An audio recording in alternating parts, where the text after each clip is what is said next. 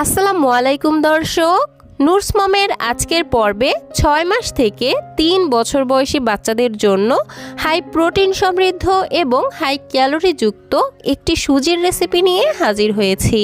পুষ্টিবিদ আয়েশা সিদ্দিকা ম্যামের মতে 6 মাস থেকে যদি বাচ্চাদেরকে এইভাবে সুজি রান্না করে খাওয়ানো হয় তাহলে বাচ্চারা অল্প খাবারে বেশি পুষ্টি পাবে এবং বাচ্চাদের দ্রুত ওজন বৃদ্ধি এবং স্মৃতিশক্তি বাড়াতে সহায়তা করবে। তো 6 মাস থেকেই আমি আমার ছেলেকে এইভাবে সুজি রান্না করে খাওয়াচ্ছি। রেসিপিটা আপনাদের সঙ্গেও শেয়ার করছি, আশা করছি আপনাদের ভালো লাগবে। মূল ভিডিওতে যাওয়ার আগে আমার দর্শকদের কাছে ছোট্ট একটি অনুরোধ থাকবে, আমার ভিডিওগুলো যদি আপনাদের কাছে ভালো লেগে থাকে তাহলে প্লিজ একটি লাইক দিবেন এবং বাচ্চাদের জন্য এরকম আরও সহজ এবং পুষ্টিকর খাবারের রেসিপি পেতে অবশ্যই আমার চ্যানেলটিকে সাবস্ক্রাইব করে পাশেই থাকবেন। তো এজন্য এখানে আমি একটি মুরগির ডিমের কুসুম নিয়ে নিয়েছি এবং একটি চামচের সাহায্যে কুসুমটাকে খুব ভালোভাবে ফেটিয়ে নিচ্ছি। রেসিপিটা যেহেতু 6 মাস থেকে 3 বছর বয়সী বাচ্চাদেরকে খাওয়াতে পারবেন, তাই 6 মাস থেকে 10 মাস বয়সী বাচ্চাদের জন্য এখানে শুধুমাত্র ডিমের কুসুম নিয়ে নেবেন।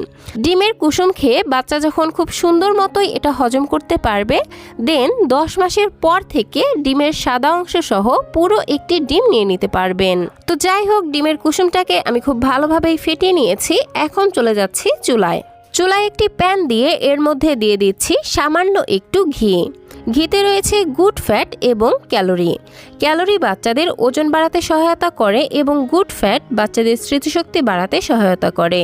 আর পুষ্টিবিদেরা বলেন বাচ্চার 6 মাস বয়সের পর থেকেই তাদের খাবারে অল্প অল্প করে ঘি, বাটার, অলিভ অয়েল এগুলো যুক্ত করা যাবে। তো যাই হোক, ঘি গলে আসলে এবার আমি এর মধ্যে দিয়ে দিচ্ছি বাচ্চার চাহিদা অনুযায়ী সুজি। আমি এখানে ঘরে তৈরি চালের সুজি ব্যবহার করছি, আপনারা বাচ্চাদেরকে যে সুজি খাওয়ান এখানে সেই সুজিটাই নিয়ে নেবেন। এবার চুলার আঁচ একদম লোতে রেখে সুজিগুলোকে মোটামুটি 1 থেকে 2 মিনিটের মতো ভেজে নিব। দিয়ে দিচ্ছি মুখ ফাটানো একটি এলাচ। এই এলাচ দেওয়ার ফলে সুজি থেকে খুবই সুন্দর একটি ফ্লেভার বের হবে, আর আমরা যে ডিম ব্যবহার করব সেই ডিমের কোনো বাজে গন্ধও আসবে না, আর তাই বাচ্চারা খুবই মজা করে খাবে।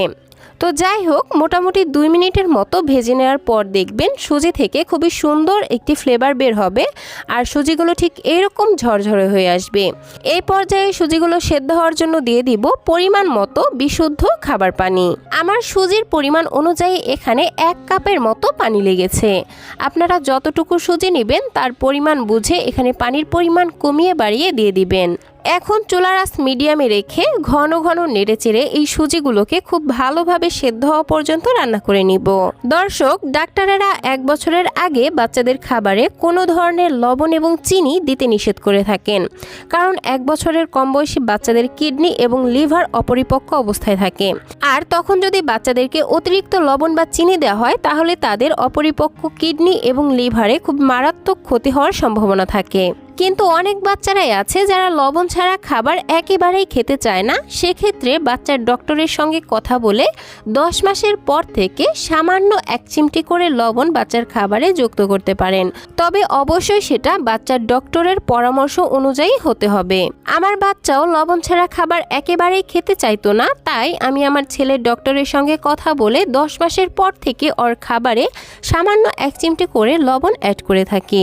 তো যাই হোক, মোটামুটি 4 মিনিট পর আমার সুজিগুলো অলমোস্ট সেদ্ধ হয়ে এসেছে, আর সুজিগুলো সেদ্ধ হয়ে যখন এরকম সাদা সাদা হয়ে আসবে আর পানিটাও ঠিক এইরকম লিকুইড অবস্থায় থাকবে, ঠিক এই পর্যায়ে আমি আগে থেকেই ফেটিয়ে রাখা ডিমের কুসুম অল্প অল্প করে সুজির মধ্যে দিয়ে দিব, আর 1 হাত দিয়ে অনবরত নেড়ে চেড়ে সুজির সঙ্গে ভালোভাবে মিশিয়ে নিব। এই পর্যায়ে নেড়ে দেওয়া বন্ধ করা যাবে না, তা না হলে ডিমের বড় বড় দলা পেকে যাবে, আর যেটা ছোট বাচ্চাদের গিলতে অসুবিধা হবে। তো ডিমের কুসুম দেওয়ার পর আমি নেড়ে চেড়ে আর মোটামুটি 1 থেকে 2 মিনিটের মতো রান্না করে নিব। এই পর্যায়ে যদি মনে হয় সুজিটা বেশি ঘন হয়ে গেছে তাহলে সামান্য একটু পানি অ্যাড করে বাচ্চার পছন্দ অনুযায়ী সুজিটাকে পাতলা করে নেবেন। আমার সুজিটাকে আমি ঠিক এরকম একটু পাতলা অবস্থায় নামিয়ে নিচ্ছি, কারণ এটা ঠান্ডা হলে আরও একটু ঘন হয়ে যাবে। আর এই তো তৈরি হয়ে গেল বাচ্চাদের জন্য হাই প্রোটিন সমৃদ্ধ এবং ক্যালোরি বহুল একটি সুজির রেসিপি। এইভাবে সুজি রান্না করে বাচ্চাদেরকে সকালের নাস্তায়, দুপুরে অথবা রাতের প্রধান খাবার হিসেবে খাওয়াতে পারবেন। বাচ্চারা অল্প খেলেও বেশি পরিমাণে পুষ্টি পেয়ে যাবে এবং বাচ্চাদের দ্রুত ওজন বৃদ্ধি করতেও সহায়তা করবে। তো দর্শক, এই ছিল আমার আজকের আয়োজন। ভিডিওটি ভালো লাগলে প্লিজ একটি লাইক দিবেন এবং আমার আজকের রেসিপিটি কেমন লাগলো সেটা ছোট্ট একটি কমেন্টের মাধ্যমে জানাতে একদমই ভুলবেন না। বাচ্চাদের জন্য এরকম আরও নিত্য নতুন সহজ এবং পুষ্টিকর খাবারের রেসিপি পেতে প্লিজ আমার চ্যানেলটিকে সাবস্ক্রাইব করে পাশের ঘন্টাটি বাজিয়ে অল সেট করে রাখবেন পরবর্তী ভিডিওর নোটিফিকেশন সবার আগে পাওয়ার জন্য।